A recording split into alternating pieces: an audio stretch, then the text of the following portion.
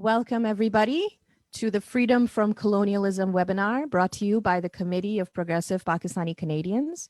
Today, we have some very, very special speakers with us today.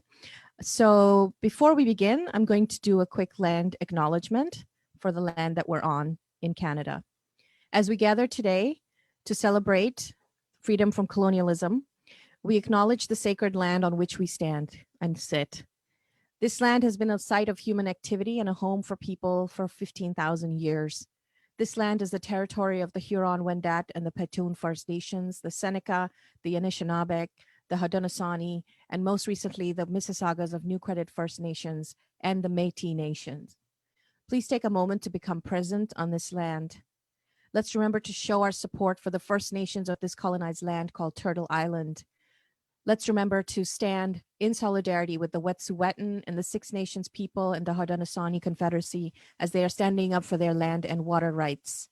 Today, the meeting place of Toronto and the Mississauga region where we are is still the home to many Indigenous people from across Turtle Island, and we are grateful to have the opportunity to work in this community on this territory.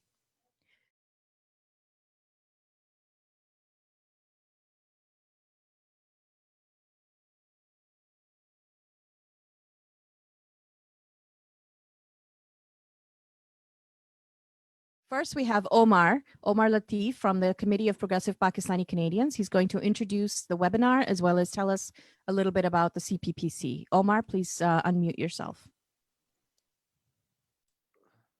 Hi. So the Committee of Progressive Pakistani-Canadians, Kiran, can you put up that CPPC thing that I sent you, if you can?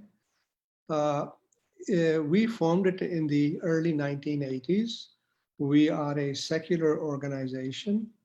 We stand for the equality of women and men, the equality of all, regardless of religious beliefs, and nationality or ethnicity. We are for peace. We are against militarism. We are for genuinely democratic governments, not those of the 1%.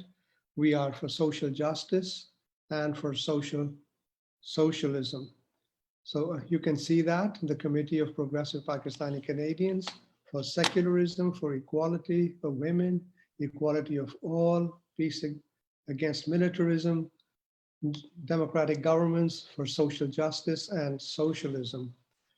For today's program, we had boosted it. And in the boost, there were many people who saw it, thousands of people. We got some comments. Mostly they were supportive. Some, very surprisingly, were nasty. One or two or three said that we shouldn't be celebrating or marking such days. The name sounded to be an English Canadian name. And I would like to ask them that when they celebrate Christmas or whatever other days, they are not the days of the native peoples of Canada. Immigrants have brought many customs with them, many memories with them. And so this is our memory also. It's a learning experience, we hope, for ourselves and for them. One person wrote that we should go back from where we came from. We can tell them that they can go and fly a kite. We are not here at anybody's sufferance.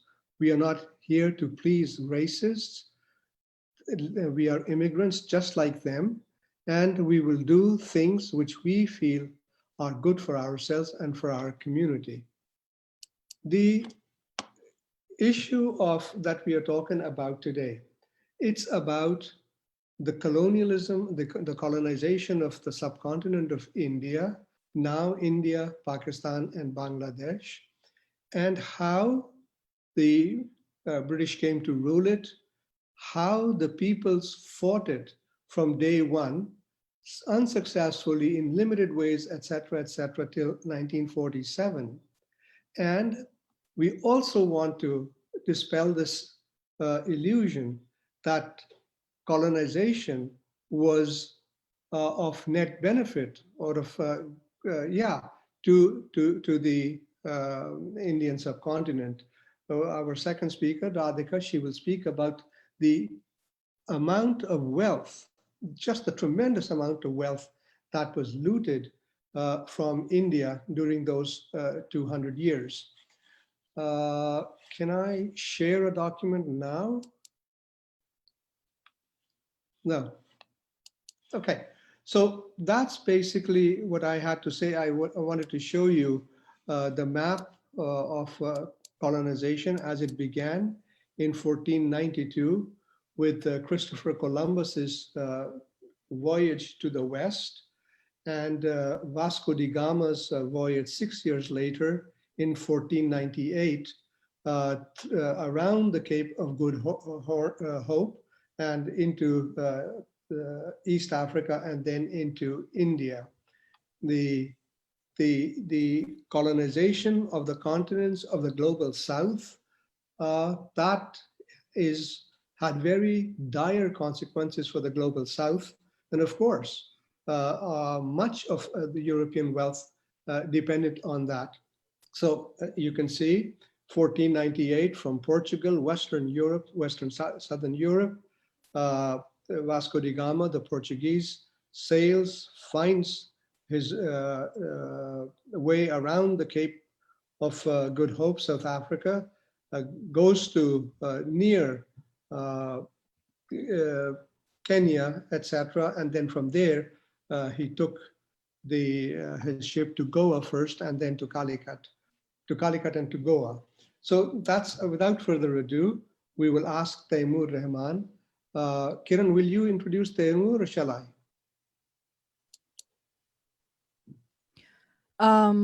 You can introduce him. Yep. Okay, sure. I have, so Taimur Rahman is a very well-known Pakistani academic, musician. He plays with a band called Lal, which is excellent. He's a social and political activist based in Pakistan. He also makes excellent YouTube videos. I recommend Googling his name, Taimur Rahman. He also teaches political science at the Lahore University of Management Sciences, and he's going to speak today for us here, even though it's very late. So thank you for joining us, Temur. Please unmute yourself and go ahead. Okay, thank you very much. I'm very, very pleased to be here, despite the fact that it's 1 a.m. in the morning here in Lahore, Pakistan. But that's a small price to pay to speak to people across the world. I also, while Umar Latif Saab was speaking, took the liberty of looking at what people were saying on the page, mainly for the reason that I was curious, but also because I need to know, what my audience is thinking, so I can respond to them. Because situated as I am here in Lahore, Pakistan, and often sort of working for peace between India and Pakistan, I am most used to speaking to Pakistanis or to Indians, and therefore, obviously, we take a lot of things for granted, which people who don't live in this part of the world may not understand or may not take for granted. So let me begin by explaining, why is independence from colonialism such a big thing? One of your friends, Mark Saunders, I think, on your page, asked this question, and I think it's a good question. I mean, lots of people may feel offended by that question because they may feel that the answer is self-evident, but it may not be self-evident to someone who has not been part of this experience. So to understand that, now there have been efforts to colonize, and the entire history of civilization is really the history of various empires conquering other empires and overthrowing other empires and so on. Why was this particular colonization so, what was its feature that makes independence from this colonization so very unique and special?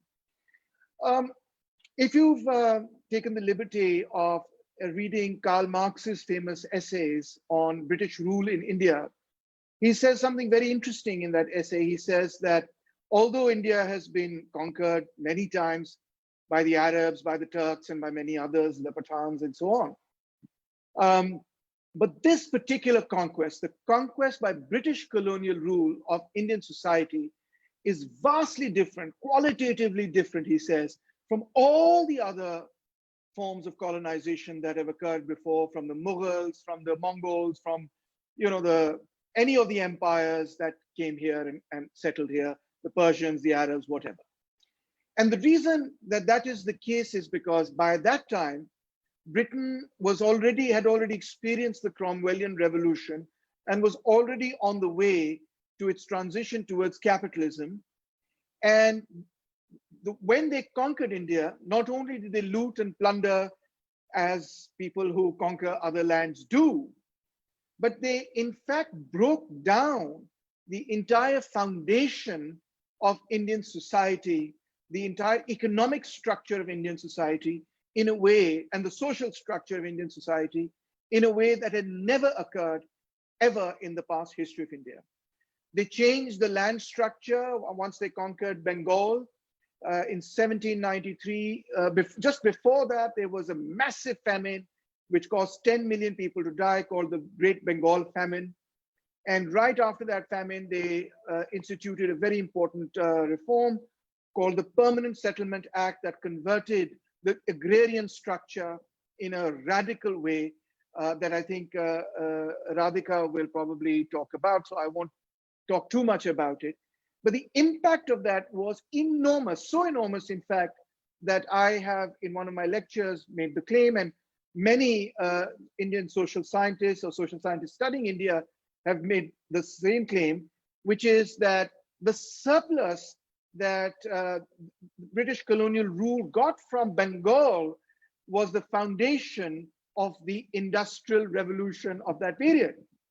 And that is incredibly significant because that is what transforms the relationship between, over time, the relationship between Asia and Europe, and lands us in the period of history in which we are in at the present.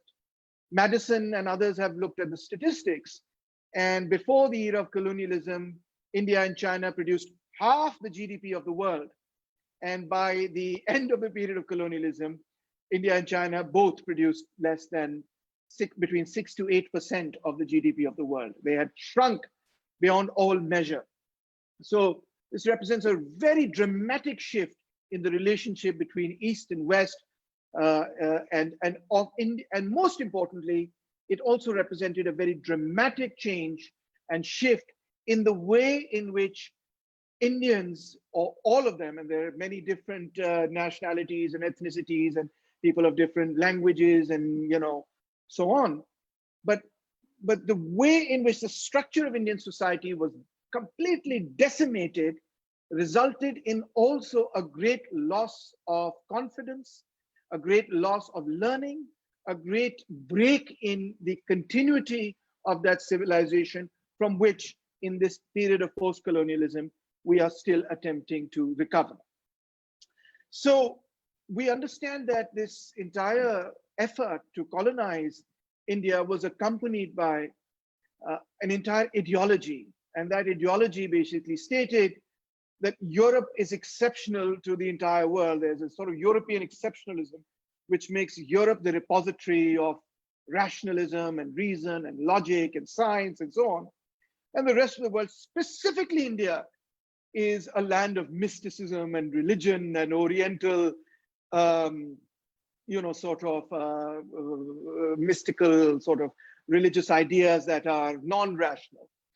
And so the great mission of British colonialism in India was to, they didn't claim that the real reason was, well, we want to get rich, although everybody knew that that was the case with respect to the East India Company, but also that we are here for a benevolent purpose. The purpose is that we are going to teach Indians, what civilization really is, what learning and education really is. So this, we're going to teach them Christianity, we're going to teach them science, we're going to teach them whatever, we're going to teach them how to eat with a knife and fork. We're going to teach them, everything, because they need to learn all of it.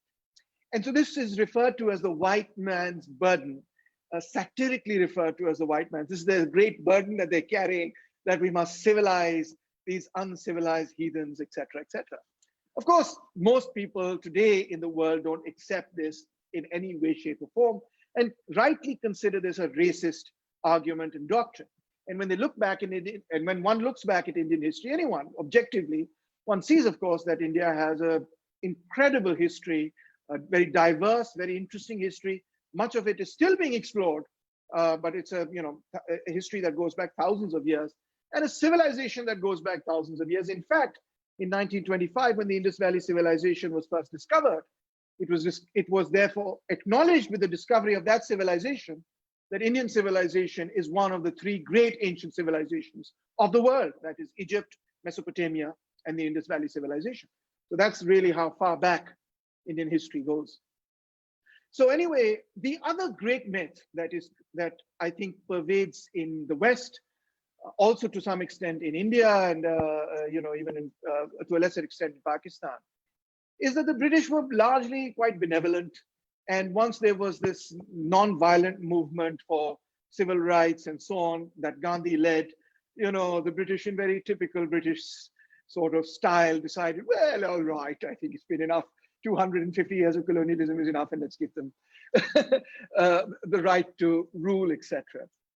This is really a complete concoction, a complete mystification, and a complete distortion of the actual history of Indian independence. The actual history is not that the British voluntarily and very peacefully left at the mere request of Gandhiji and the Congress Party that they ought to leave. The real history is a series of revolts, really from the 1760s all the way to the 1940s, where there are massive peasant rebellions, there are massive tribal rebellions, there are incredibly different and very many different mutinies that occur all throughout these 250 odd years of history.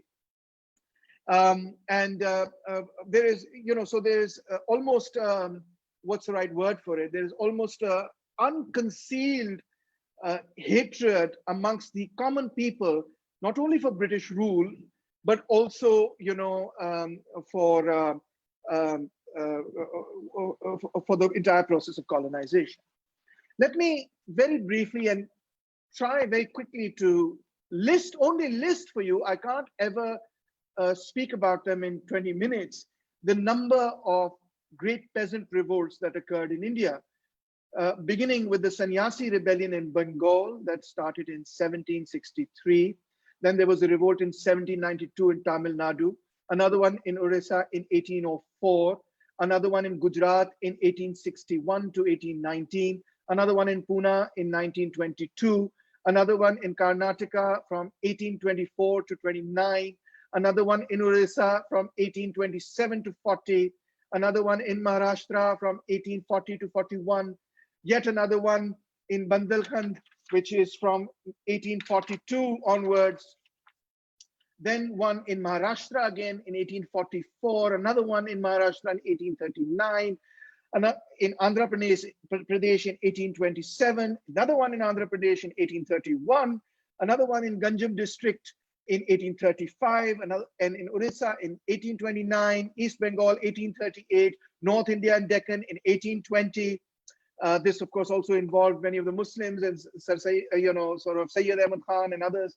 Then another one in East Bengal in 1825, another one in Punjab in 1854, the Indigo Revolt, famous Indigo Revolt in Bengal in 1859, the Pabna movement in Bengal in 1873, the Deccan riots in Pune and Ahmednagar in 1874, Punjab 1901, UP 1921, Kerala 1922, Gujarat 1927, Lucknow 1936, Bengal 1946, Bihar 1938 to 47. Now, I'm sure you're getting the idea. And I still haven't started, these are the peasant revolts, I still haven't started on the tribal revolts. That is another list of 18 such revolts that go on, etc. And I skip over them because you get the general picture. The general picture is that there is unceasing revolt against the British, something that British historians certainly were not interested in writing about. Of course, some of the big revolts include what happened in Mysore with Tipu Sultan, who very nearly in fact, defeated the British. What happened in Punjab with Ranjit Singh, both of whom took help from the French and managed to get muskets, etc., and were able to fire with, were able to utilize gunpowder even in the gunpowder in rifles, because gunpowder was in cannons was of course also used by the Mughals. So they were able to deploy those and were able to also, inflict heavy damages. And then, of course, in Afghanistan, there was a you can read William Dalrymple's latest book or many other books, etc. There was a big pushback from the Afghans as well. So all of these revolts were occurring, and all of them seem to sort of coalesce in the one great mutiny war of independence of 1857, which began when a rumor spread in the army, in the British army, that is the British Indian Army, that is the army of the East India Company. And this is another interesting fact about world history as well as about Indian history, that we often think about multinational corporations coming to dominate the world today. For example, Apple has $2 trillion today. Its market value is $2 trillion. Pakistan's market value is $262 billion only. So you can see the size of corporations today and the size of third world countries. There's no comparison even. But this has always been the case since the very beginning of capitalism, that India was not colonized by necessarily the state of Britain, but it was colonized by a company that was created within Britain, supported by the state, that came and conquered us. It was against the East India Company, therefore, the Honorable East India Company, that the 1857 mutiny began. And it began when the rumor spread in the army that the cartridge that was on top of the what's the right word? The sort of cover on top of the cartridge that you used to fire with was greased with pig fat or cattle fat. And when that rumor went into the army, the Muslims and Hindus soldiers both revolted. It was also called the Sipahi Rebellion or Sipahi Mutiny. And it was a huge revolt. Soon they were joined by many, many other forces, Rani of Jhansi and so many others, and Bahadur Shah Zafar, etc.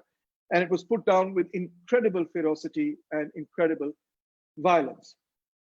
Thereafter, British Crown took direct administration of India.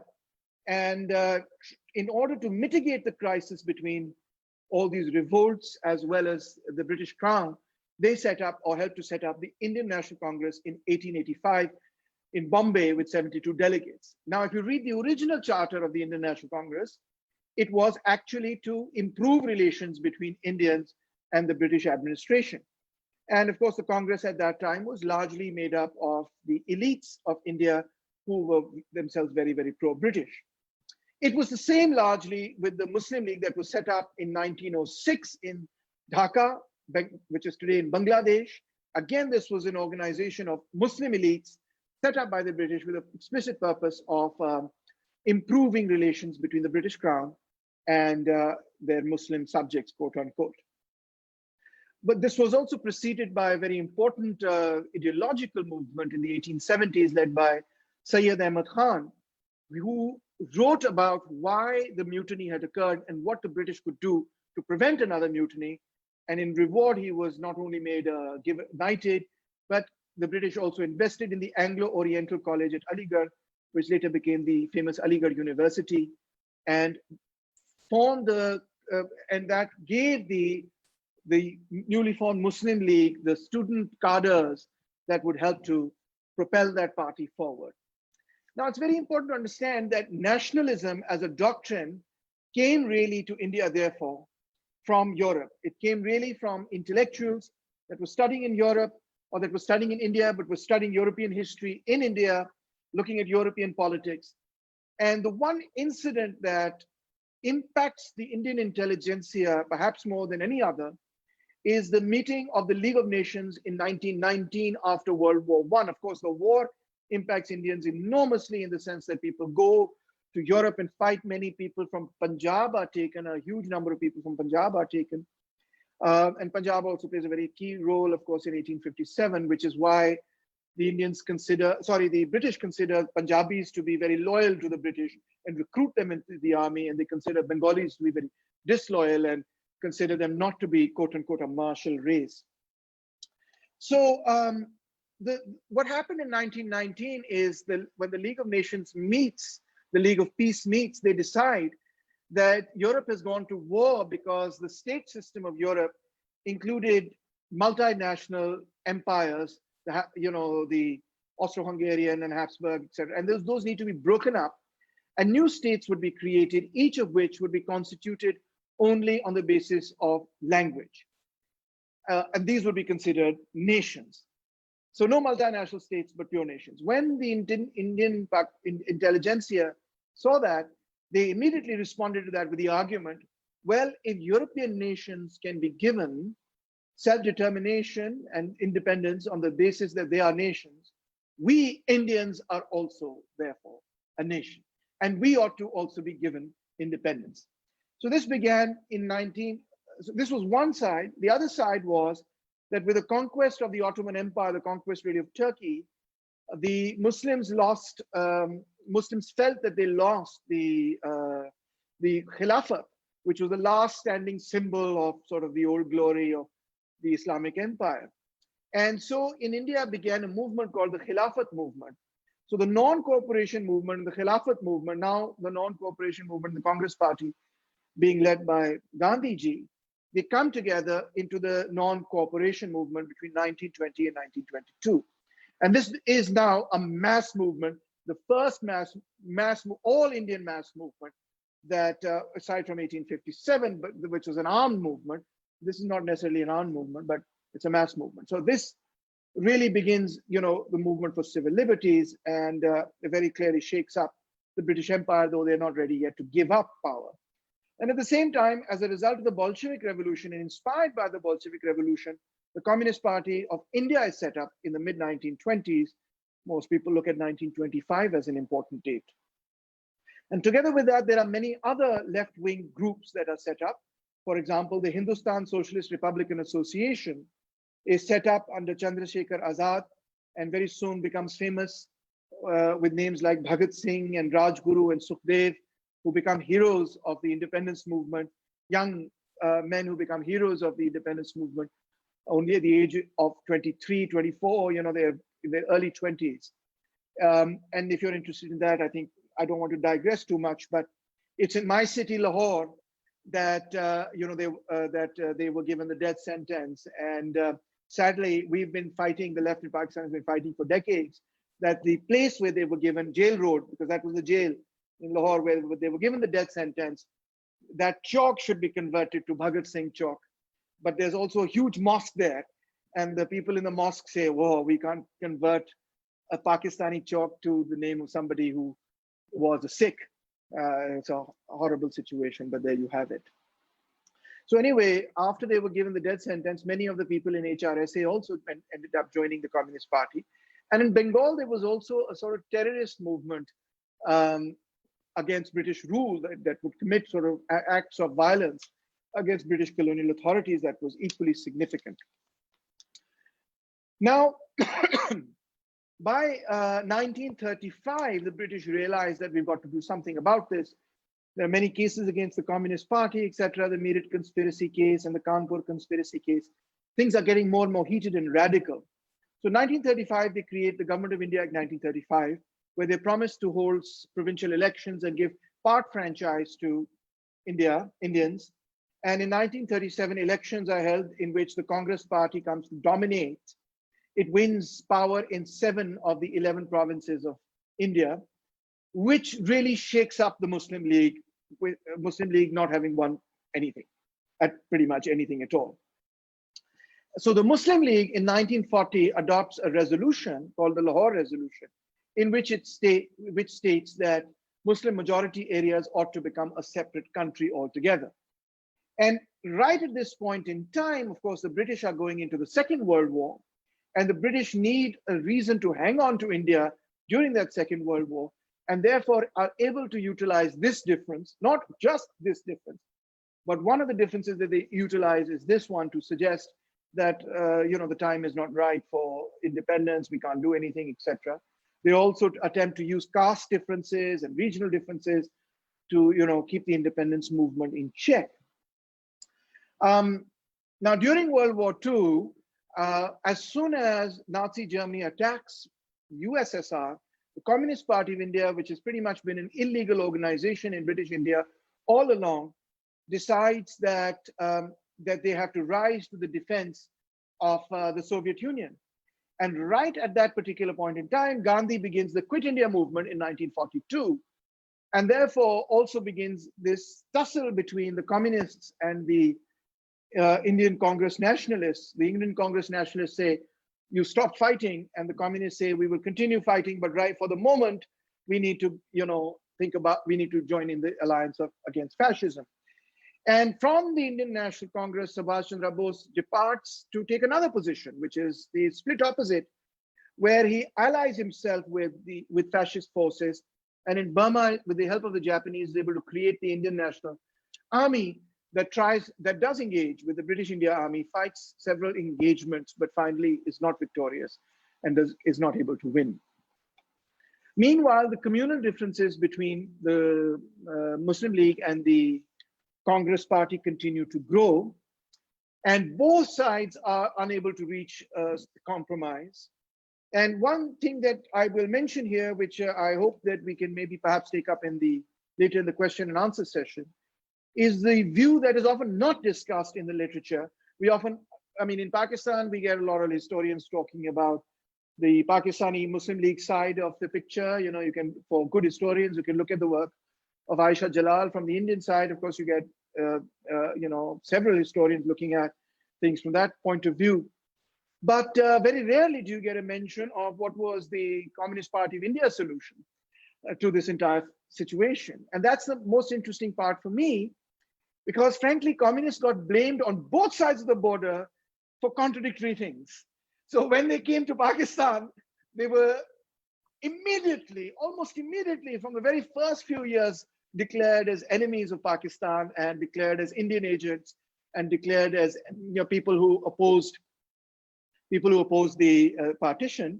And on the other side of the border, the Communist Party of India was accused by Congress and Nehru, etc., leading to the crisis in Kerala in 54, that, or was it 56? I can't exactly remember the date, but stating that the CPI had betrayed Indian nationalism by accepting the right of Muslim majority states to self-determination, and that Indian communists were really Pakistani agents. But the reality is, just as when two friends fight and somebody tries to say, please don't fight, and that person who stands in the middle and tries to stop both sides from fighting gets punched from both sides and gets accused from both friends as being a traitor because they're not sort of joining in the fight against the other side. That's pretty much what happened to the communists. They got squashed in the middle. And sadly, some intellectuals like Tariq Ali from Pakistan, who lives in London, have written that, I'm almost up, I'm just finishing, have written that CPI opted for the communal question. But if you look in detail at the Adhikari thesis, their main effort was to heal or bring Hindus and Muslims together to fight against imperialism, colonialism, and capitalism. And that really is where I'd like to end my talk today, because that really is what people in the third world, people all over the world need to understand, is to put aside our differences on the basis of religion, language, nationality, race, work those differences out, but unite to create a new society. Thank you so much. Thank you so much, Taimur. That was great. I'm sure we're going to have more during the Q&A session, which is going to be coming up. So if you're watching and if you have a question for Taimur, please type it into the Facebook chat and we will be collecting the questions and we will have a Q&A session right after both of the speakers are done. So next we have Radhika Desai. Radhika Desai is a professor of in the political studies department, and she's president of the Society of Socialist Studies at the University of Manitoba. And she is somebody who is an excellent speaker. So I'm looking forward to hearing her speak as well. Radhika, please unmute and go ahead. Well, thanks, Kiran, and thanks to you and Omar for inviting me and to the Pakistani Progressive Association. I feel that it was a great honor for me, particularly because I feel very strongly about a fundamental cultural unity of people, all people from South Asia, and that all the successor states of, or all the states that were created out of what was once British India, should be able to find a way of living with one another in peace. And I really glad that you are doing this, because this is all part of the effort to do that. I also would like to thank Taimur for his wonderful presentation, and it very nicely sets the stage for what I have to say. So the title I sort of provisionally have given to what I have to say is simply the economic consequences of British rule over undivided India. Obviously, everything I have to say applies to the entire entity that was also called British India, or what we may call undivided India. So in broad outline, I want to make a few introductory remarks just about how imperialism is actually not understood by a lot of people today, particularly young people, and reflect on that a little bit as a prelude to what I have to say. So I will do that, and then I want to say something about obviously the myths that Omar has, that Taimur has already referred to about the benevolent and beneficent British rule in India, which are complete hogwash. Then I will give you just a very, very quick outline of the economic realities as opposed to the myths.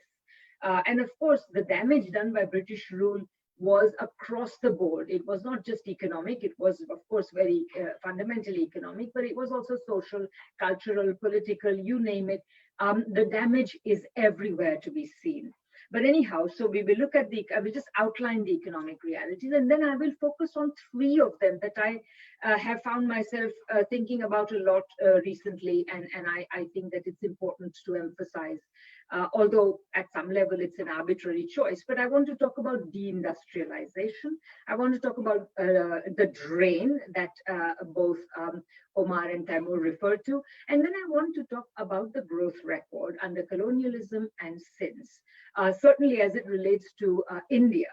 Although similar points may be made about Pakistan, Bangladesh, and others as well, with adaptations.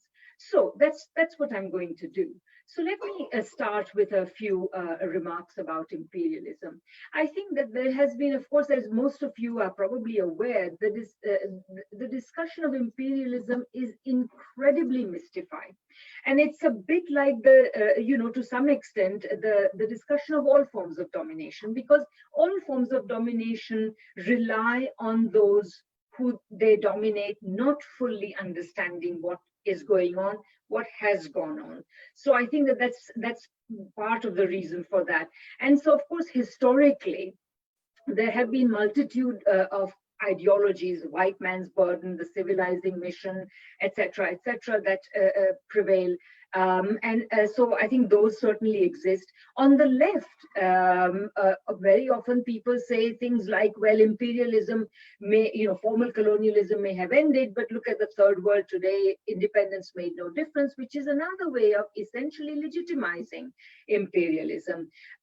Yet another way is to talk about how imperialism was the pioneer of capitalism, and even pinning these ideas on Marx, saying that Marx thought so too, which is complete rubbish.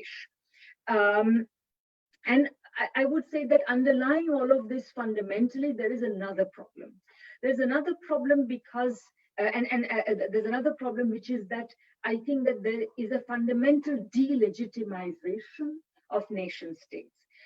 Nation states, I mean, obviously, we all look forward to the ultimate fraternity or whatever sorority of humankind, and I think that would be wonderful. But nation states are essential to the path to that unity, because every part of the world has been different. Each part of the world has been dominated differently. It has to throw off the domination of imperialism, of capitalism itself, in order to arrive at some form of socialism, which is the only ground on which true human unity is possible. So the denial of the necessity of nation states, the eclipse of what used to be once an internationalism by what I call cosmopolitanism, such as globalization. We are all citizens of the world. Why are you talking about this nation and that?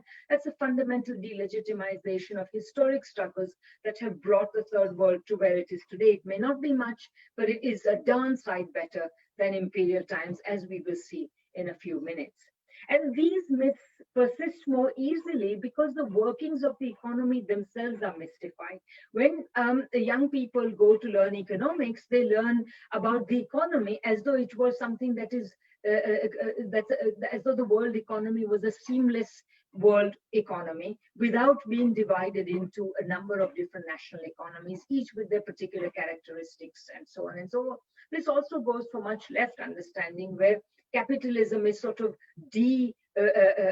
regarded as some kind of abstract system that operates everywhere over the world in more or less the same way. This is actually not the case. If that were so, we wouldn't be talking about imperialism today, which is the most fundamental sign that capitalism affects different parts of the world differently. What capitalism did in Britain is the polar opposite of what it did in India, for instance. So that's another reason. And of course, the educated classes in so many third world countries, India, Pakistan, Bangladesh, and the world over, they remain so much in awe of the West. And India, of course, distinguishes themselves, and I'm talking about present-day India. It distinguishes itself from this perspective because it is among the most pro-American countries in the world. If there is one country in the world that is trying to reenact the scenario of imperialism, that's America. And Indians remain so totally pro-American that they actually don't ask the right questions about what colonialism was about, etc., because it seems to them that colonialism has opened up to them the whole world, English-speaking world, and they can now look up to America and so on and so forth. So at best, basically, in terms of discussing imperialism in the mainstream discourse, there is some acknowledgement that perhaps some harm was done to the colonies.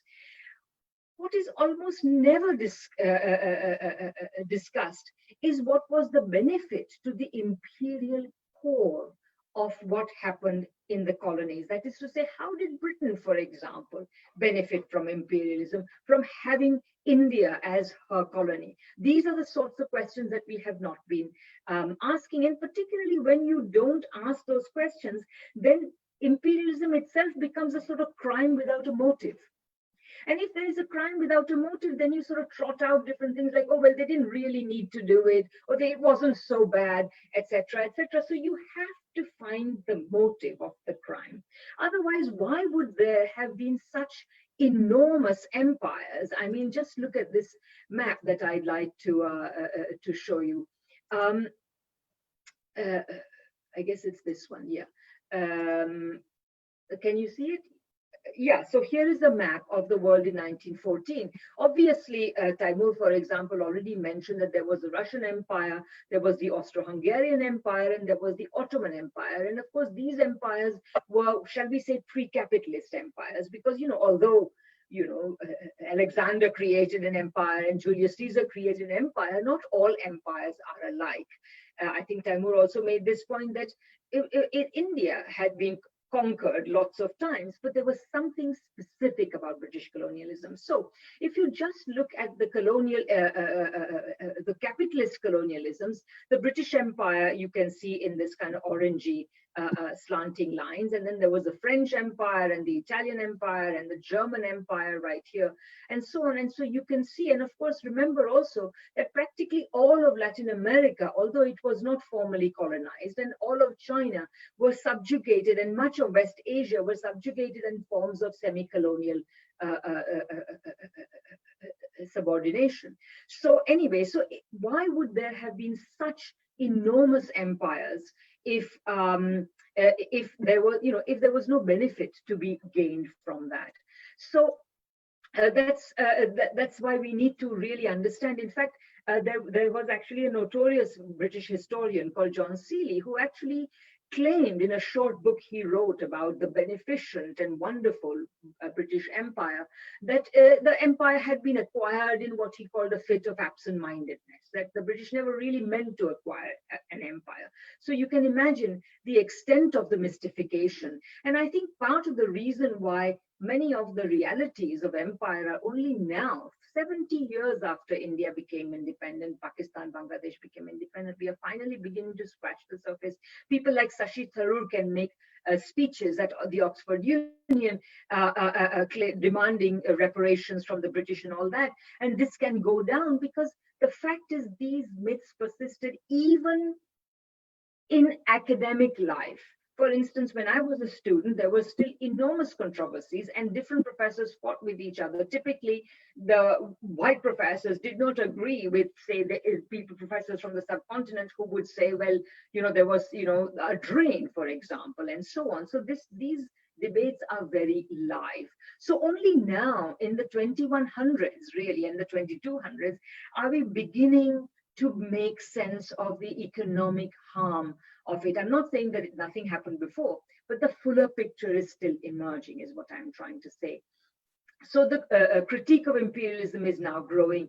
But at the same time, for instance, Shashi Tharoor can say that, although he was very happy that people listened to his Oxford lecture, what astonished him was how much people felt that they had learned something new, that they did not know, which clearly means that, okay, so we may be acknowledging the harms of imperialism, but we stick them away in some old dusty textbook and then we forget about it. It plays no role in our actual understanding of how to organize economies, how to confront the power of powerful countries at the world level, etc., etc.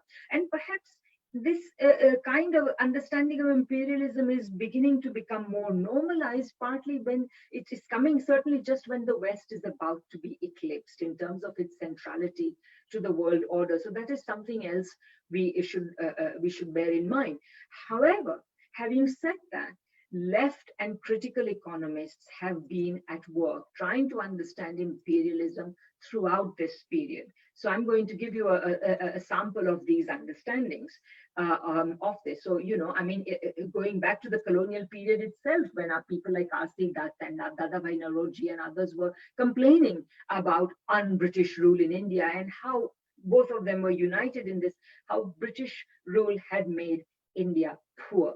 India is the subcontinent, South Asia, contributes the largest share of the world's poor. That is to say, the largest number of the world's poor live in the subcontinent. And there has to be a reason for that, because the history of colonialism in the subcontinent is a very, very long one, much longer than in Africa and in most other parts of the world. And that's something else we should bear in mind. So let me say now a few quick things about what motivates imperialism. It's yes. The way I think about it is the following, and it is a fundamentally Marxist understanding, but it is also one that perhaps many Marxists need reminding of, certainly those who go around saying that, Marx was celebrating imperialism in India and so on. So the fundamental thing about capitalism is that it's contradictory. That is to say, it is not a system that is can function stably, expand stably, and so on. No, it is fundamentally contradictory, and it has a number of different contradictions. It produces too many commodities. It eventually produces too much capital. It eventually produces excess population. It eventually, if it were confined to a certain territory, eventually its operation will drive up the prices of raw materials and of labor, and it relies at the same time on having cheap commodities and labor. And finally, it needs to have a high value for its own money. So all of these are contradictions of capitalism, and each of them is responsible for making it imperative for capitalist states to try to manage them. Now, obviously, capitalist states can try to manage them to some sort of internal modification, but one of the key ways in which capitalist states have managed the contradictions of capitalism is to seek to externalize them. How do you externalize them? By colonizing other countries or otherwise subjugating them, making them semi-colonies, so that their excess commodities can find markets, their excess capital can be invested, their excess populations can be exported. As you know, Kiran began with a land acknowledgement. The fact of the matter is that capitalism began in Europe, but today people of European origin dominate 5 continents. And that is the result of the out-migration of peoples of European origin, which is directly connected with capitalism. And of course, so they export excess population. They then drive down the prices of primary commodities that are produced in third world countries in particular in a variety of different ways. And they keep, by impoverishing poor countries, they keep the price of labor cheap. You know, for all the anti-immigration rhetoric, capitalist societies cannot deal without immigration. What all they want from third world countries is to be able to turn the tap of immigration on and off as they like, in order to have enough of an inflow of immigrants into their own societies in order to keep the labor market loose, not allow it to get too tight, not allow labor to become very powerful, etc. So all of these are reasons for capitalism to have colonies, and in order to have colonies, of course, it must have the coercive military and sometimes financial means of keeping colonies subjugated. So let me delve into this a tiny little bit more. Let's just take one thing, the acquisition of raw materials. So I was reading many years ago in the late 90s, I was reading an article by some very good political economists about the interests of capitalists in Africa today or at that time. So if you think about it, they said that, you know, when capitalists of the first world countries look at Africa, they imagine they're looking at a map of Africa. They pay no attention to whether there are countries or states. What they want to do is, particularly as far as big transnational, multinational corporations are concerned, especially mining companies, they are interested in where the minerals are. And so imagine all they would see on a map of Africa is where the minerals are. And of course, they would also be interested in other primary commodities such as tea, coffee, cocoa, cotton, sugar, perhaps some investment in low-tech manufacturing such as beer and soft drinks and so on. So they said, in short, this is the profile of a crude neo-colonialist capitalism, exploiting people and resources, but often not needing and usually incapable of building the wider social, economic, and political structures required for development of capitalist production and sustain. So they cannot even establish proper capitalism there. Now, let me show you what the equivalent of that is for India. I came across this map many years after reading this article. I came across this map, and yes, I came across this map. And so it looks like just an ordinary map of British India. It says Indian Empire, Industries and Communications. It's probably produced, it doesn't have a date, but it was produced sometime in the early 20th century. And let me just show you, I'm just going to zero in on any part of it that shows us. And what you see is on this map is precisely what these two people were saying about what capitalists are interested in Africa for. So you see here a listing of all the different things: millet, iron, wheat, diamonds, copper, oilseeds, gold. I'll make it bigger if you can't see it, that you can get from different parts of India. This is a colonial map of India. Okay, so if they had no motivation to get anything from India, such maps would never get produced. So that's just one aspect of this, and that I wanted to draw to your attention. So if I come now to the myths about colonial rule, there are many. You know, people say that ruling India was such a burden that really the British were in the end quite happy to be rid of it. No, actually, it was a cornucopia of gains.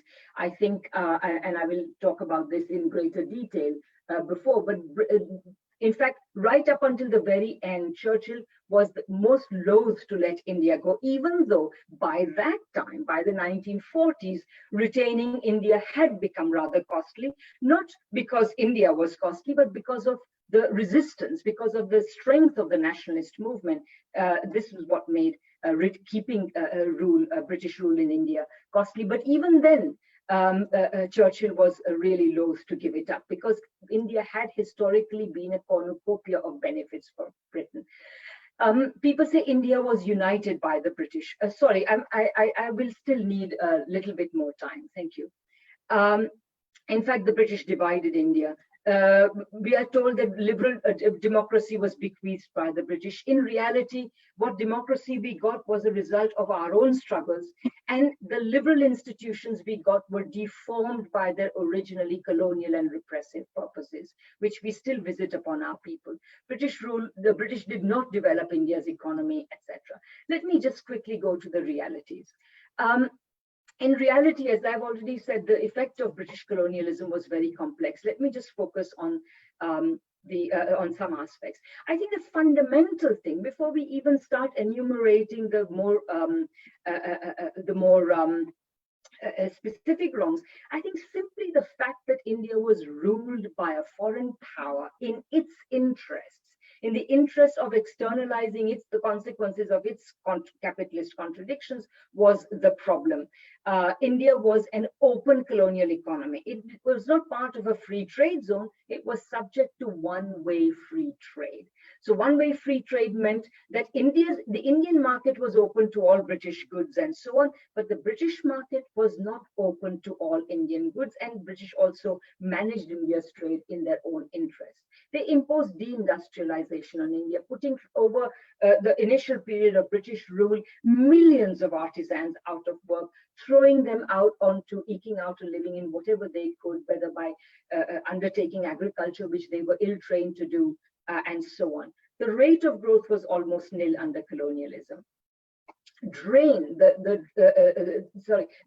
Taimur has already pointed out, the Indian economy contracted from roughly 25% of the world economy to around 4%.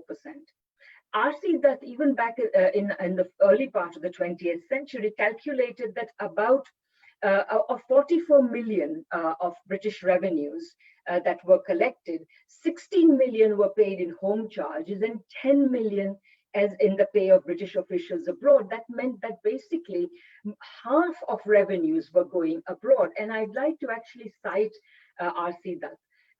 He gives a reason for why he wrote the economic history of British India. He said this story had to be told.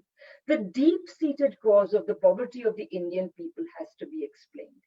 Place any other country in the same condition, with crippled industries, with an agriculture subject to heavy and uncertain land tax, and with financial arrangements requiring one half of its revenues to be annually remitted out of the country, and the most prosperous nation on earth will soon know the horrors of famine. A nation prospers if the sources of its wealth are widened, not narrowed. If the proceeds of taxation are spent among the people and for the people, not sent abroad. A nation is impoverished. So I think that these are some of the points that R.C. Dutt made back then, and this picture has to be much more widened. Indian people also paid for the expenses of the vast British army whose sole purpose was to defend British colonialism in India and extend it elsewhere. Railways, we are told that the British brought railways. The purpose of the railways was to take things out of India, including food, which used to be exported out of India in the midst of famines. Land settlements, Temur referred to them. Their sole aim was not to expand economic activity, but merely maximizing revenue, even if it meant imposing near starvation on the Indian people. So now, out of these, I want to just focus on three things: deindustrialization, drain, and growth. So deindustrialization. India, as I say, went from accounting for 25% of the world's industrial production to 2% in 1900, 25% in 1750, 2% in 1900. The effect of the open economy, where British goods could enter without tariffs. We always think, we are always told that, oh, we should have no restrictions on trade because we can then buy everything cheaply. What you forget, however, is that the price of buying things cheaply is that people in your own country lose their livelihoods. Eventually, people in your own country have no means with which to buy things cheaply. The only people who benefit are a few rich people who are making money off the backs of the poor people. So that is no way to grow an economy. And there was, as I say, massive impoverishment of the poor people. on drain. That is to say, if you and by the way, I should also point out that the United States is suffering deindustrialization right now, and you're already seeing the effect of that in the election of horrible people like Trump, because the left is not taking up this issue. The discontents of neoliberalism should have made an enormous, should have been to the enormous benefit of the left, but there is hardly any left in the United States, and that's why you don't have it.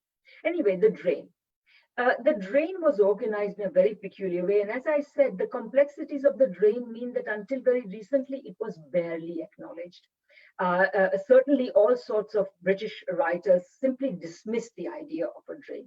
In reality, it took place in two ways. Number one, Indians paid taxes, which were then used to buy things from them. So essentially, it was like I pay $10 in taxes, and then what I produce is bought by them for $7, so or whatever, $3, so I get $3.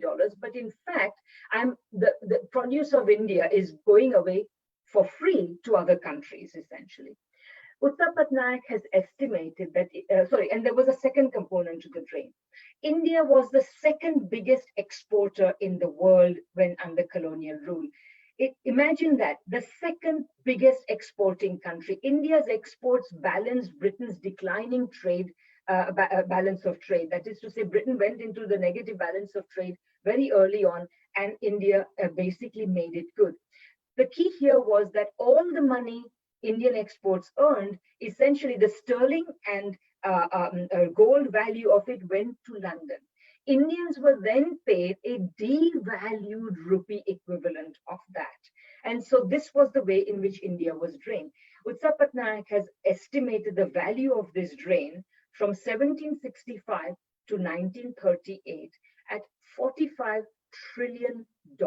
45 trillion, that is 2.25 times US GDP today, or 15 times UK GDP today. $45 trillion. If that money had remained in India, even if the government of India was no more than averagely competent, India would have been vastly more prosperous. India would not have been that pool of poverty that it represents to India today. The devaluation of the rupee was forced on India after India was forced off gold. And Uttar Patnaik, there are a couple of other things I want to draw to your attention. The first thing is that Patnaik she points out a very important thing. She said this drain of capital made an indispensable contribution to the Industrial Revolution, not only providing raw materials and markets, but during industrial takeoff, also a monetary contribution so great that without it, it is doubtful whether an increasingly food deficit Britain, embroiled in war, you remember the Napoleonic Wars, and its attendant strains, could not have transformed its structure at the fast pace it actually did to merit the term Industrial Revolution. Think about it. No India, no Industrial Revolution. This is the significance of what India has contributed.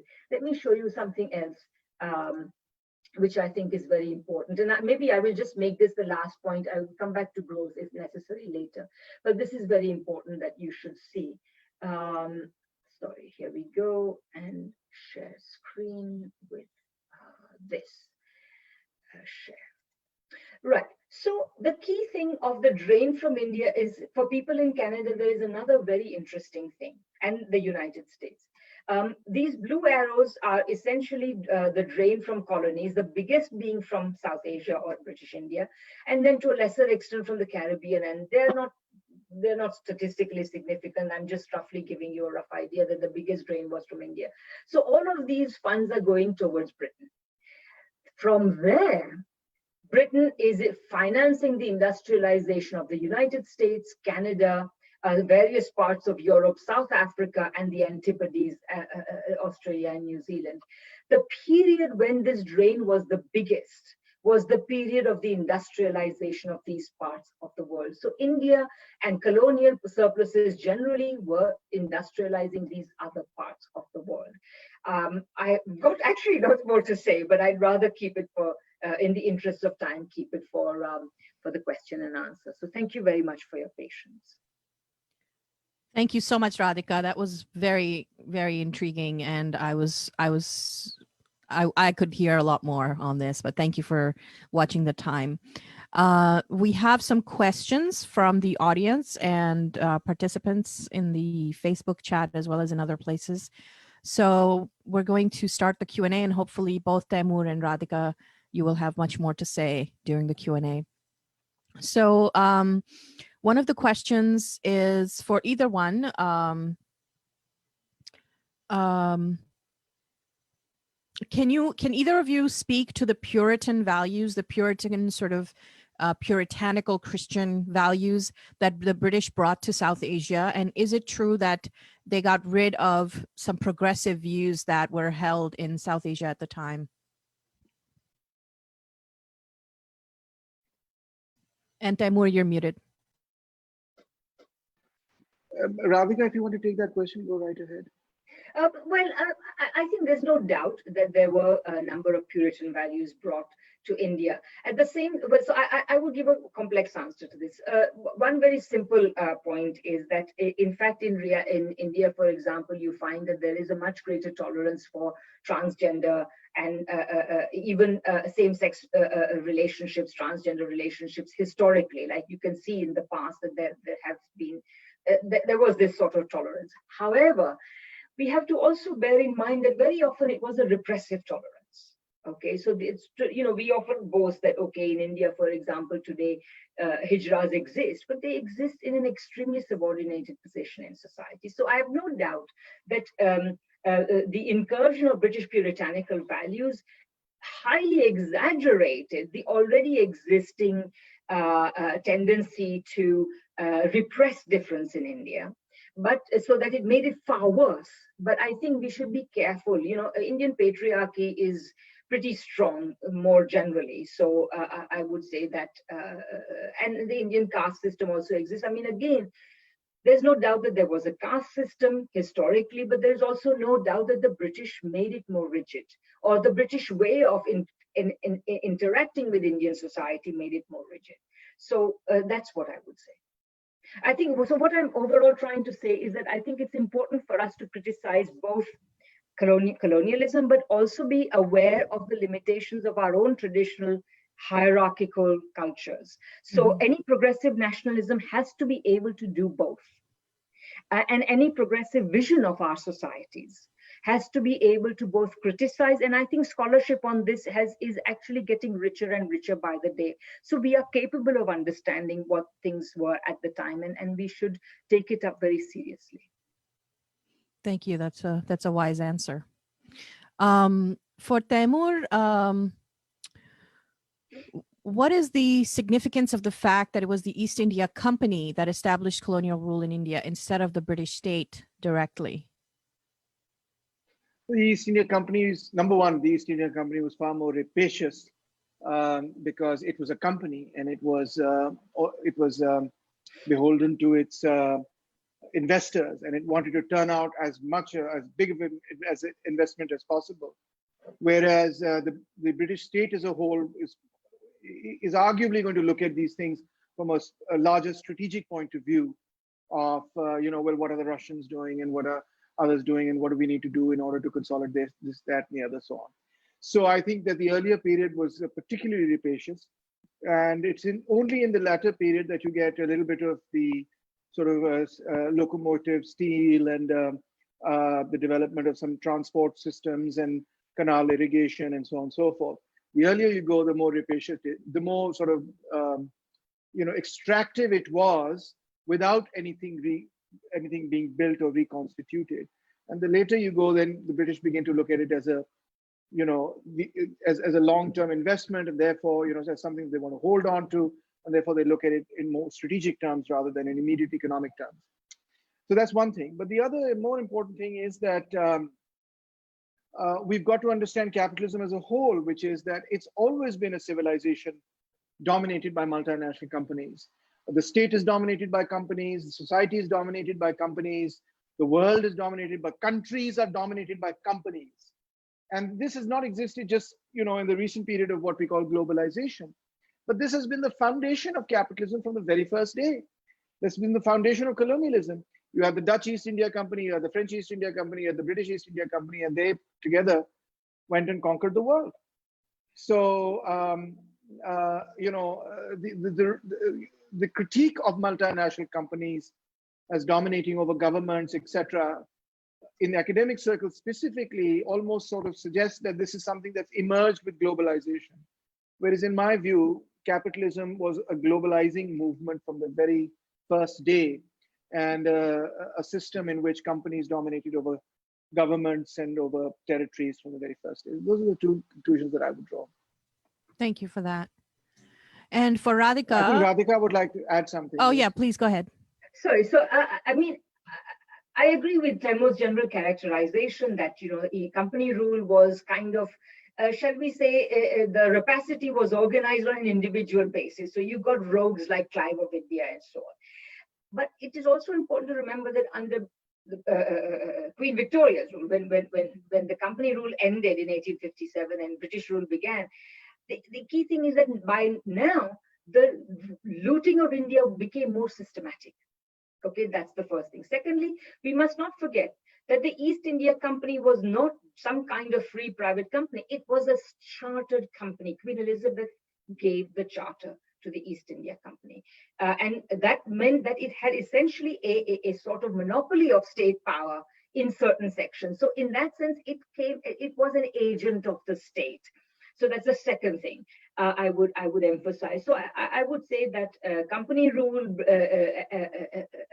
British rule, I think the two are not that distinct in my view. And I would say one final thing. Actually, the history of capitalism is much more a history of the actions of capitalist states than a focus on multinational companies alone would let on. Because today, what ails third world countries is not just a few multinationals. Yes, they exist, but what backs them is the power of their states. Without that power, what are they going to do? They would have to organize mini states, and that would be too costly for them to actually, whereas what happens now is that, for example, the American state or even the Canadian state, which is now getting more and more internationally aggressive, backs their mining companies, backs their other companies with taxpayer money to go abroad and to back into multinational companies in doing whatever they're doing, whether it is mining in a completely environmentally and socially responsible way in Central America, or having manufacturing setups in Indonesia, or where have you. And because states are involved, state resistance can also help. So for example, today, China is an amazing example of a country that has industrialized because it has allowed multinational companies in, but it has said, okay, if you want to come in and you want to get some benefits, you have to give us some benefits. So it has been able to negotiate with states to do that. Sorry, there's just some few thoughts about that, but yeah. No, that's great. Thank you. I completely agree with that. But the reason I mentioned this is because this is a company. It's a chartered company. It's backed by the state, but this company itself had an army which was larger than the British Royal Army. I mean, that is the kind of power we are talking about with respect to the East India Company. We talk about it as a company, but really it is a state. It is a state in India, backed, of course, by the British state and so on.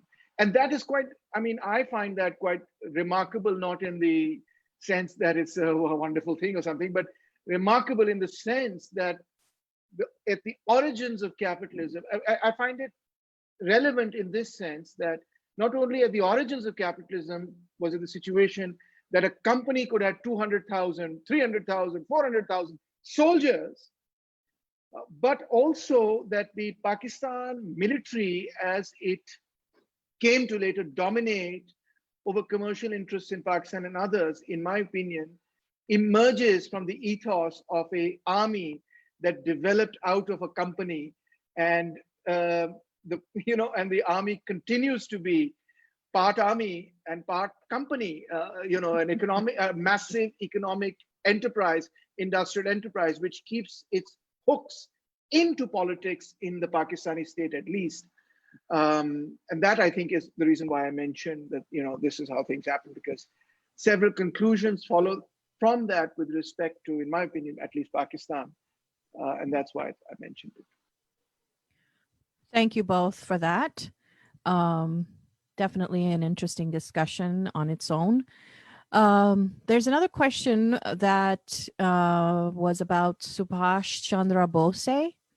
The question is that Subhash Chandra Bose and other nationalists wanted to get rid of the British, so they joined forces, or they joined up with Nazi Germany and Imperial Japan in their efforts.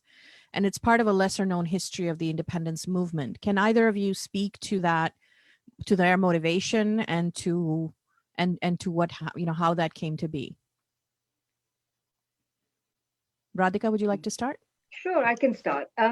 Okay, so I think that our assimilation of what happened in the Second World War is very dominated by the Holocaust. And so when we think about what happened there, we only see this particular thing, and our understanding of Nazism is dominated by that. I have no doubt that Nazism was a great scourge. It was fundamentally anti-communist. That's another thing we have to remember, because this is also, people also try to equate Nazism and communism, which is complete rubbish. During the war, when people did not know about the Holocaust, what people knew, like Subhash Bose and others knew, was that this is a fight amongst capitalist powers. And there is absolutely no reason why we Indians should go and fight in favor of our colonial masters, when what we really need to do is to overthrow our colonial masters. And so I think that was the spirit in which Bose and others, towards the end of the war, began to seek to make alliances with Japan and, yes, perhaps with Germany, etc., in order to essentially increase their capacity, increase our capacity to drive out the British. So that was the overall thing. Let me also say one final thing before I give it over to Taimur, because I'm sure he has lots to say about this as well. But one final thing I would like to say is that, again, the Second World War should not be thought of in isolation. The very great historian Arno Meyer of Princeton University points out that the entire period from 1914 to 1945, from the beginning of the First World War to the end of the Second World War, was a single 30 years crisis. It was a crisis of the imperial world. So, and if you think about it, the failure of the Versailles Conference at the end of the First World War to settle matters properly made sure that made the Second World War inevitable. It took 20 years, but it became inevitable. So that means that basically and everybody today, I think there will be hardly anybody who would say that somehow the First World War was a result only of German dastardliness and that the Germans were the guilt. No, the First World War was an imperial war which occurred because all the big capitalist countries were imperialist. They were competing for world markets and they were competing for colonies. Okay, so this is the origin of that entire crisis, out of which a very different world emerged, thankfully. But it took 30 years of war, depression, and a whole bunch of other things for it to happen. So in that context, I would say you have to place it in that context. For people like Subhash Bose, there were just two different types of capitalists. Yes, I agree with that comment almost in its entirety. Subhash Chandra Bose was not a fascist, and it would be very wrong to characterize him as a fascist. He was, above all, an Indian nationalist and continues to be highly respected in India, where his legacy is taken forward by his party, which is called the Forward Bloc. And even people who disagreed with his tactic of getting help from the Japanese and Germans, etc., nonetheless have quite enormous respect for him, which is what I discovered when I went to India, when I went to Bengal, because they don't view him in any shape or form as a fascist, but only as someone who attempted to take advantage of the situation at that time to free India. That's how Indians see it, and I think that's largely correct. I think it's not correct that perhaps I would probably not have been able to agree at all with Subhash Chandra Bose's tactical position at the time that this is what we should be doing. I would probably have agreed with Faiz Ahmed Faiz and what he did, which was we have to fight against fascism. But let's not make the mistake of thinking that he himself had any kind of a fascist vision with respect to the kind of government or society that he wanted to see in India. His main motivation was to see a free, independent India, for which he needed money and weapons and arms. And he thought, well, I'll just go over here. And by the way, he wasn't the only one. There are many other political parties in Pakistan that followed, India and now what is today Pakistan, that did similar things at the time. And it was, let's not forget that nearly, if some accusation is going to be made about the proclivity of some people towards fascism, let's not forget that fascism was a popular, immensely popular European movement that united nearly the entire European continent against the Soviet Union. Look at the map of Europe in 1952. Aside from 3 countries, all the other countries were allied with Nazi Germany against the Soviet Union. That is the reality. And those that were not allied, Sweden, Switzerland, and Franco's Spain, were surreptitiously working with Germany against the Soviet Union. Franco was a fascist, and Sweden was selling to Germany, and Switzerland was, sort of pretending to be independent and so on. So, I mean, fascism was a European-wide movement, which really was mainly a response to the Bolshevik Revolution, how to destroy it from Europe and how to destroy it from the Soviet Union. So yes, to sum up, I just say Bose was principally a nationalist, but had very bad ideas about how to make India independent. Thank you for those answers, both of you. You really addressed the fundamental biases under the question that often come up. So there, we have a bunch of questions that have come in. I'm just going to go through them and ask the ones that seem to be most relevant to our discussion today. There was a question about quantifying the amount of wealth that was looted by Britain from the subcontinent. Is there anybody, or is there anyone, can we put a number on it? Well, I just did. Utsa Patnaik's estimate is 45 trillion US dollars from 1765 to 1938. Wow. Yes, and Irfan Habib has similar statistics. He says it's about 10% of India's annual wealth was taken away. Between 5 and 10% of India's annual GDP wealth was taken away for 200 years or so. So that's massive. That's huge. Yeah. And that was also, to come back to my point about growth, it was from an India whose growth Britain first constricted. So you can imagine the misery that the Indian people experienced during British rule. The constant famines, famines don't happen because there is a sudden crop failure. Famines happen when you destroy a society. Because when there is a crop failure, a normally functioning society has the means to deal with it. There is a crop failure in this region, let's move food from this region to that region, etc. This is what happens. But when you break a society, that's when famine happens again and again, because its coping mechanisms are gone. And what's more, you are sitting there making the problem worse by taking food out of the region where it is needed. Utsa Patnaik has another fantastic article, which I highly recommend, in Economic and Political Weekly, which is about the Bengal famine of 1943-44, which occurred precisely because it was British government policy to direct food away from Bengal to feed British troops elsewhere. And this comes, and what's more, to essentially drain Bengal, squeeze Bengal further of its income by taxation and other means in order to fund the war. And this is the cause of the 43 famine. Each famine has its own specific causes. I'm just giving you one example. Mm-hmm. The famine where I think Stalin sent a bunch of food aid to India when other Western powers would not. There's a good question about the drain of wealth versus brain drain or cultural drain. So what effect did the drain of culture or civilization have on the development of South Asia? So besides the wealth drain, what about the cultural drain, and does it continue to this day?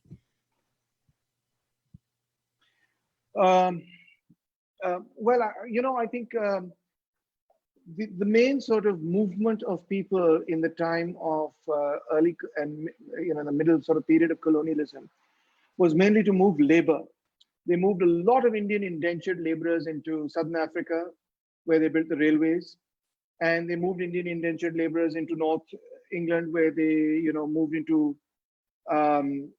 mining towns and manufacturing towns, etc., and to the other parts as well, to the east as well, the east of India, that is. So mainly in the period of colonialism, Indian, especially after the abolition of slavery, Indian indentured laborers were moved from India to other parts of the world and continue to live in other parts of the world, have become citizens of those parts of the world, naturalized citizens of those parts of the world, specifically in Southern Africa, Madagascar, and so on and so forth, and also in the north of England, etc. But the intelligentsia of India largely, which was recruited mainly from the wealthy classes, at that time did return to India because that's where all their massive lands were and their wealth was. And so they would have one foot in Europe, or in England rather, but they would often, because they had so much wealth in the context of India, they would not immigrate permanently to the United Kingdom or whatever. That began to change sometime, I believe, in the 1960s, etc., when the entire dynamic began to change, where young people who were just more and more young people, first and foremost, started going to the West to study. And secondly, more and more people began to sort of stay in the West or began to emigrate to the West. Skilled labor began to emigrate to the Middle East and to the West. And that brain drain for the last, specifically in Pakistan, I can tell you that 90% of the people who graduated with me from my school are not in Pakistan. They are abroad. I went to a school which was considered, really sort of a top-class elite school, HSN College. I was surrounded by very smart people. All those smart people very few of those smart people are in Pakistan. They're, vice presidents of various banks, and, they're working in multinational corporations. Some are in the Middle East, some are in Silicon Valley, some are in the UK. They're all over the world, but they're not in Pakistan. And that's really the trend. I mean, I teach at the Lahore University of Management Sciences, where if I ask my class of students, what do you want to do? Where do you want to go? What's your goal path? They all want to move out of Pakistan. And, they all want to settle abroad because they feel Pakistan is too politically unstable. They won't have the same wealth, opportunities. They won't have the same freedoms. Women in particular feel that, and they're not wrong to feel that way. They won't be able to speak their minds about what's happening in the country, what is going wrong in the country. And most importantly, they won't have the freedoms necessary to do the things that they want to do, to have the creative freedoms necessary to chase those things. So it's partly, I think partly it's driven by the desire for greater wealth and material benefit, but partly it's also driven by the desire for greater freedoms. And the reason why Pakistan does not have greater freedoms is also, needs to be understood, because that's all part of the Cold War, because the international national liberation struggles had to be controlled. Some states were turned into garrison states. Their peoples were used as armies to quell other rebellions, etc. And so if Pakistan failed to develop democracy or whatnot, it was not because Pakistanis were not democratic minded, but it was because imperialism supported military dictatorships in this country, supported fundamentalist military dictatorships in this country that really derailed the development of this country in a more progressive direction. And that's not just Pakistan, that's the history of colonialism in my view. That's just a continuation of what colonialism has done in our region of the world. Thank you for that. Radhika, do you have anything to add? Yeah, gosh, I mean, Taimur has already said a lot of very useful things. And I guess I would say that I'll take it from a slightly different angle, because the question was, also about, like, what was the cultural damage done to India. And I feel that, although I'm the beneficiary of that system, I was educated in English, I now live in this country, etc., etc. I did, I went to university in India. I was educated at the Maharaja Sayajirao University of India, which was part of princely India at one point, not British India. Anyway, that's another whole story. But I remember when I went from an English language, good, very high, fancy school to MS University, where people came from all walks of life, right? So I met people who were exceedingly smart. They just hadn't had the privilege of going to an English language school. And I could see that if their English was better, they would perform exceedingly well. It was easy for me to perform well because for me, it was like a more or less a mother tongue, but for them, it was not. And so I could see this. And then suddenly somebody made a proposal that we should turn the MS University, as it was called, into a Gujarati language university. And I kind of thought, interesting idea. Practically everyone I knew, whether they were professors or students, they hated the idea. They killed the idea. But this is what it is. What we have lost is the integrity of our languages. We the fact that we love the fact that we negotiate between 2 or 3 languages. When I'm speaking Hindi, I can speak English and Gujarati and Marathi and whatever, all these different languages all merge in my speech and so on. And this is at one level supposed to be very good, but the fact of the matter is that we don't have the same level of how can you say, development of our own languages as we should. And that's one of the big cultural harms. And imagine how many generations of people simply suffered. They could not do well at university simply because they were being taught in the wrong language. So that is one of the cultural harms. I mean, there are many others. I couldn't agree more with Taimur that I really think we have to understand better how in South Asia, the British have encouraged the worst types of community leaderships, whether it is, and by religious community, and which is at one level at the root of the fundamental problems. I mean, it's not as though there was never any distinction between communities. The distinctions between communities were always there, but there were also established ways in which communities related to one another, and they were very localized ways. And the British disrupted all this, created national Hinduisms and national Islams and what have you, and then you have what you have today. So that is another thing. And today I almost weep every time I go to India because of the extent of its Hinduization, which really, it breaks my heart to see that this is not our culture. And the Hinduization even invades our languages. I mean, let me give you another small anecdote. When I was growing up in Gujarat, people make jokes about us, right? But we always greet each other by saying, "Kem cho?" How are you? This is a simple greeting. Today, practically nobody says "Kem cho?" Everybody says "Jai Shri Krishna," "Jai Shri Ram." Like, I'm sorry, this was never a way of greeting anybody. It reminds me of the Arabization of Pakistan, because there's this pull in Pakistani culture. Growing up, we always said Khuda Hafiz, and now people are saying Allah Hafiz more, which is fine, but it shows this Arabization that's happening. Thing. Yeah. Yeah.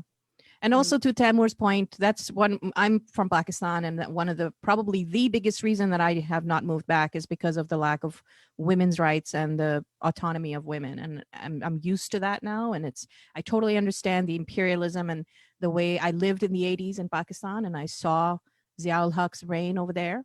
So, I saw how Pakistan became more and more anti-woman in so many ways. And it's a real shame. If you don't mind, I'd just like to say a sentence here. Although of course I've spoken about how intellectuals, young people, skilled workers went and emigrated to Canada or the United States or other parts of the world, I don't think it's in any way helpful to suggest in any way that they, are to blame for leaving the country or something of that sort. That's absurd. This is happening all over the world. In fact, in my opinion, can be the other way around, that they can be great conduits for the development of a worldwide movement that links people in the global south with people in the global north, etc., to bring about real change. My own wife, often says to me, "Ke dafa karo, chalte hain," so specifically for women who want to be emancipated, why shouldn't they? I completely understand where you're coming from, and please don't take whatever I said as a criticism in any way, shape, or form of the decisions you may have taken or other people may have taken in their lives. It's not meant like that. Thank you for that. I really appreciate that. One question that came in that I thought was interesting, and maybe Radhika or Taimur, either of you can approach it. It says that there are, there's a very there's an identification with the colonizer that still happens, especially among South Asians in the West. So we hear things like, if it wasn't for the British, we would be living in caves, or we would have sati, or we would have more caste, child marriage or casteism. And there's a certain, acquiescence to colonialism. So how do you respond to those kinds of things? Okay, I'll begin, and then maybe Radhika can Go join ahead. in. So on the one hand, we've got to refute this nonsense theory of colonialism. All the theories that came out as justifications of colonialism, they're complete rubbish. And history has really pushed them into the garbage bin, and that's where they deserve to stay. On the other hand, if you look at Indian politics and Pakistani politics, there's also been a very regressive process where everything that has existed in the past, in our past, has been glorified and romanticized like it was some ideal world. Like there was no class exploitation before the British came, there was no caste exploitation before the British became, or if they were caste, they were not exploitative, everybody volunteered to, be in their caste or something absurd like that. Or that we were some sort of republic or democracy or something. This is nonsense. This is also nonsense.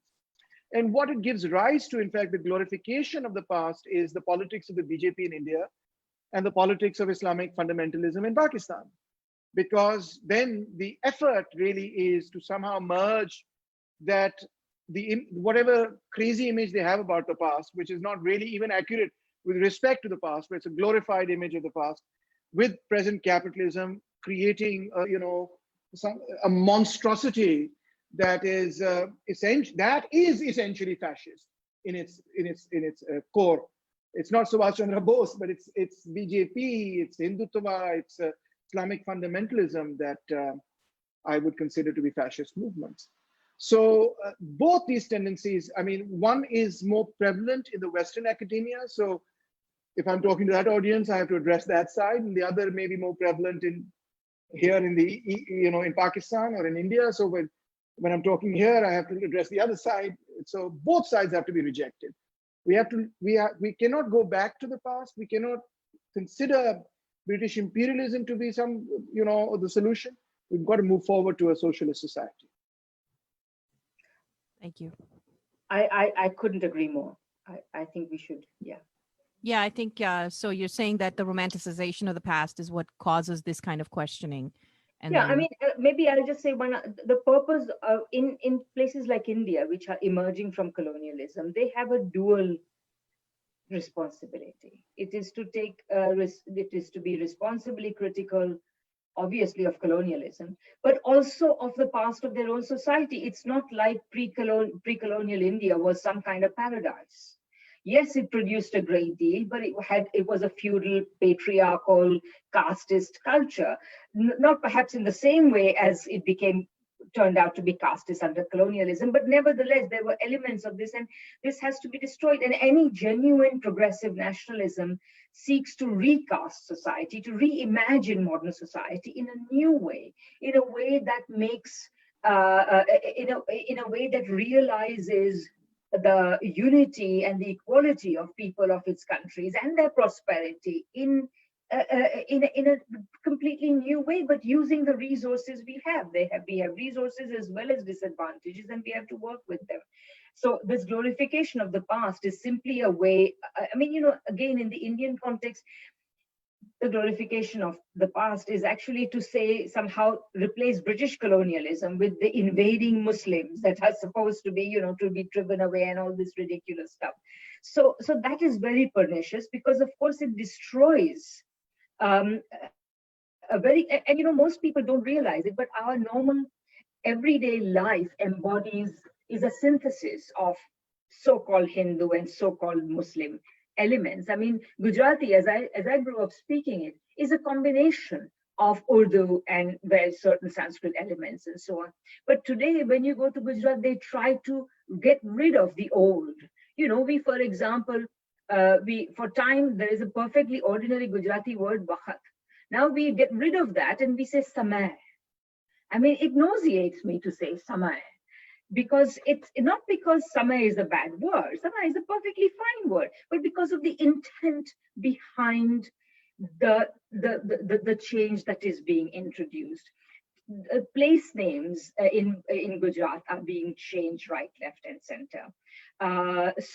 Yeah, I mean, and this is all what is the point of changing history when we need to change the present and improve the present to become, so it's also an excuse for not doing something about the poverty, the inequality, the violence, the casteism, the state corruption, etc. All of these things disappear, and all we want to do is to have some fictitious image of some, like our prime minister thinks we had aeroplanes in the Vedic past. I mean, when you have a prime minister, I mean, he is as bad as Trump and possibly worse.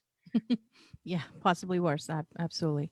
Okay, let's move on to maybe one of the final questions before we wrap up. So can you comment on the role of British imperialism in partitioning the subcontinent?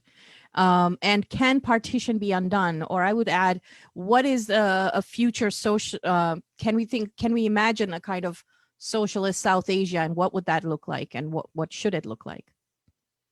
Taimur?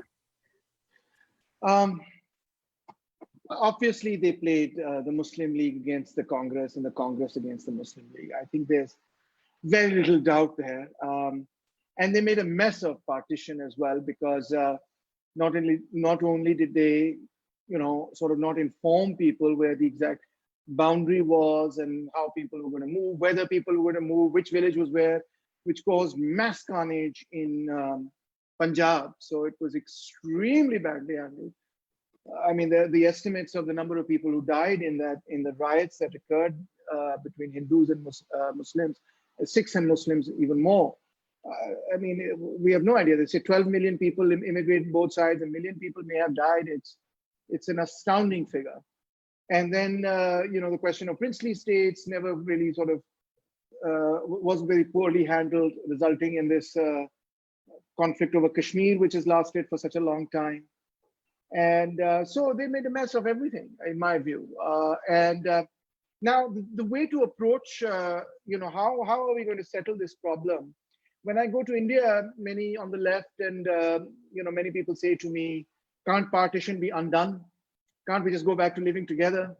And knowing what I know about Pakistan and about how Pakistanis think and feel and their perception, I don't think that's a very good political strategy. I think what would be wise is for us to understand, realize, all right, this has happened. It ought not to have happened. Maybe it ought to have happened a different way, whatever your view is, but it is a reality today. And today, the other reality, of course, is that both countries are armed with nuclear weapons and continue to play brinksmanship in a very, in a way that endangers the lives of millions of people. So what we've got to work on, what we are working on, in fact, from both sides of the border, the left from Pakistan and the left from India, is basically to pull back anyone who wishes to, threaten the other side or play warmonger, etc., and to work for Pak-India peace. To argue the case that, we should undo partition is only going to cause a nationalist reaction. And that's not something that is going to be beneficial. So states are there to stay for the moment in history, but they have to work out their differences and they have to live in peace with each other.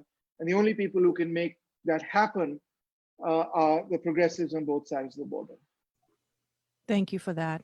Yeah, and to that, I would add a couple of further. I mean, I completely agree with Taimur, especially about this notion that we can undo partition. I mean, much as I would like to imagine living in some sort of, like as though we could turn the clock back. You can't do that. So what Taimur says is absolutely correct.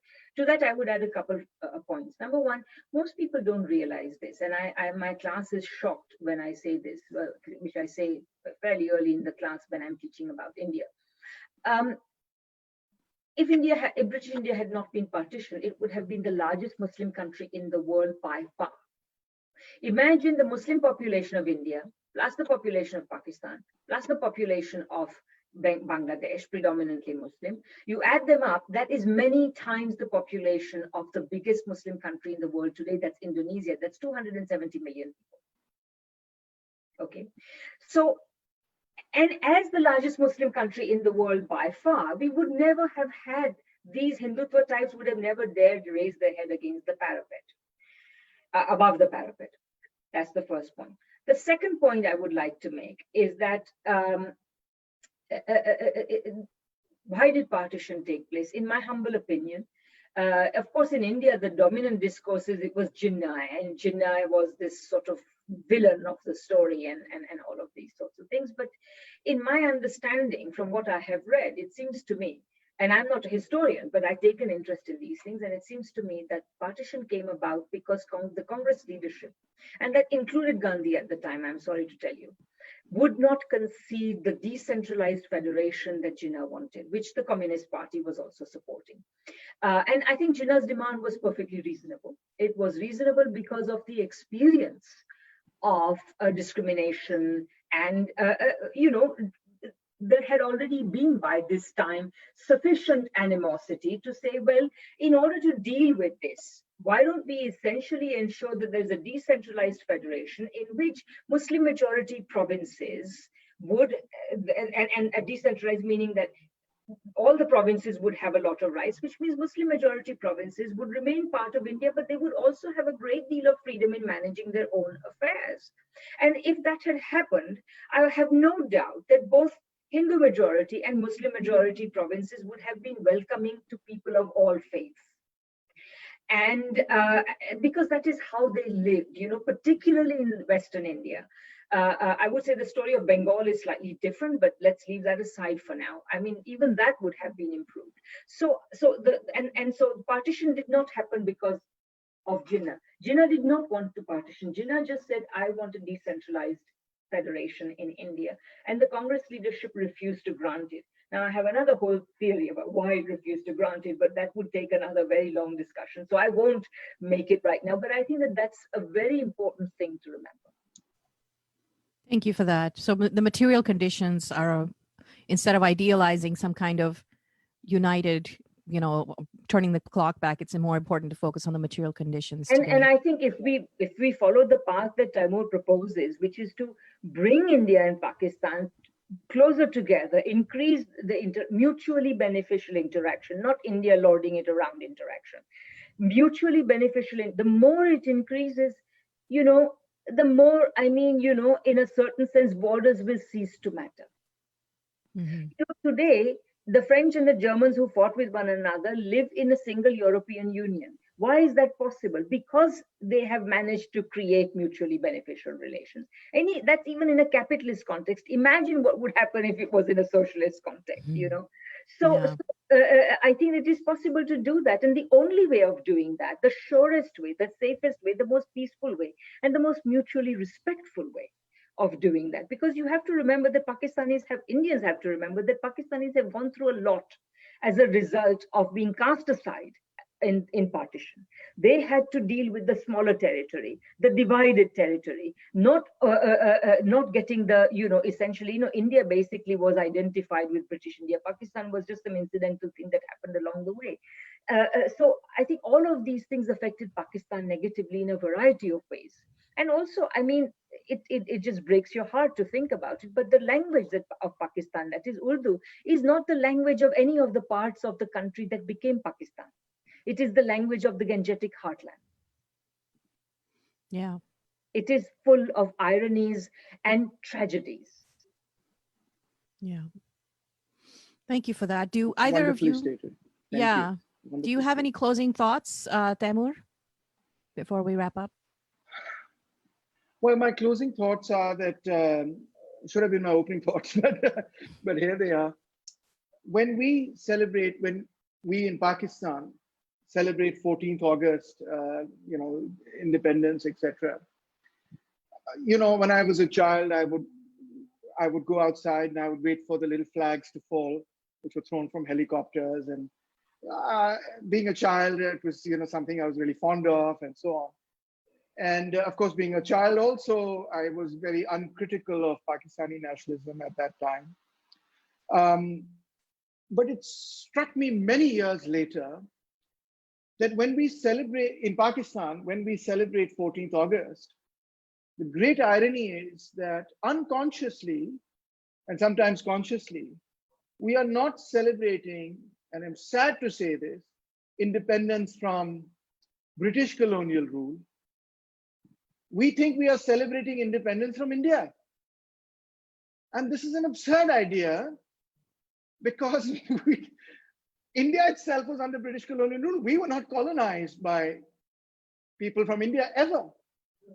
And so what we really need to understand and celebrate in the world, in Pakistan's own context today, is to understand who really exploited us, who really brutalized us, who really broke us from our language, our culture, our history, and its continuity, its development, and who stole from us, who worked us to death, used us as indentured laborers. When we come to realize that, then I think we will find the common ground that brings people from Pakistan and India together to create a new world and to create a new society. That's beautiful. Thank you very much. Radhika, your closing I thoughts? would just like to say that's beautiful. Thank you very much. Thank you very much, both of you. Thank you so much. Thank you both for a wonderful, insightful, interesting discussion. I'm going to pass it over to Omar Latif again for his closing thoughts. Friends and comrades, when we thought about this program to mark the independence of Pakistan and of India, we had thought that we would make it a secular event without flag waving, without nationalism, without religious fervor. I am really very, very happy that that is what we have done. The song that we were going to play in the beginning, maybe we'll play it in the end also, at the end, was Muhammad Rafi's Tu Hindu banega na Musalman banega, tu insan ki aulad hai insan banega. We want friendship and amity and solidarity between Hindus and Muslims, between whites and blacks, and between the peoples of the world, between the peoples of Canada. I really wanted to thank Taimur and Radhika, their insights, their knowledgeable answers, their presentations. They made this program well worth the doing. We thank you very, very much indeed. One comment or question, please, that we want to develop our mailing list. We know that it is like through social media, through WhatsApp, through Facebook, but please, if you would like to join our mailing list, that we feel is a much better way to communicate with you. I'm going to share the address with you if I can, but I cannot. Well, anyways, wait one second. You want me to share it? Here, can you see it now? No? Okay, 1 second. It's coming along.